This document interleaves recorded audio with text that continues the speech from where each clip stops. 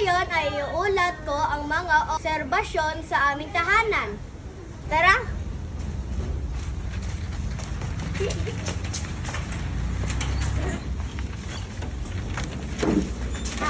Ito naman ang aming kusina. Nagluluto ng pagkain ang aking mama. Sarap! Ang sarap! Dito ang aming sala. Dito kami nanonood ng mga balita at mga paborito kong palabas.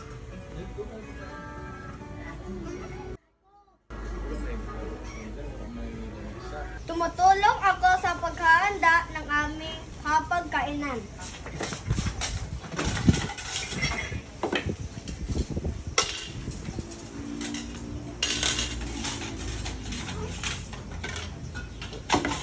Tara, kain po tayo.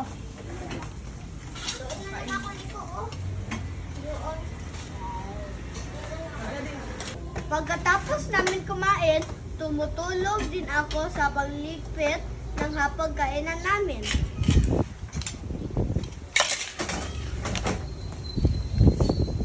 At si Papa naman ang maghuhugas ng pinggan. Ito ang aming munting negosyo.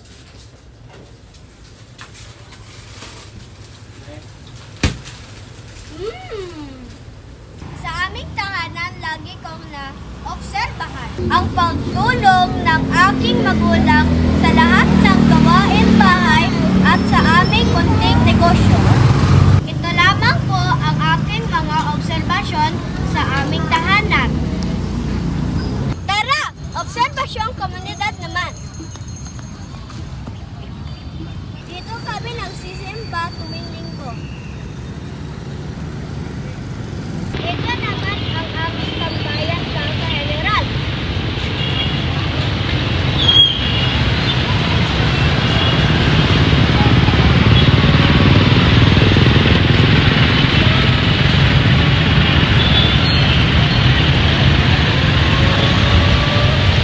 Ito ang munisipalidad ng General Santos. Ito ang aking paaralan. Dito ako nag-aaral ng mabuti. Ito lamang po aking mga obserbasyon sa komunidad. Bigyan natin ng importansya at ating payamanin. Paalam!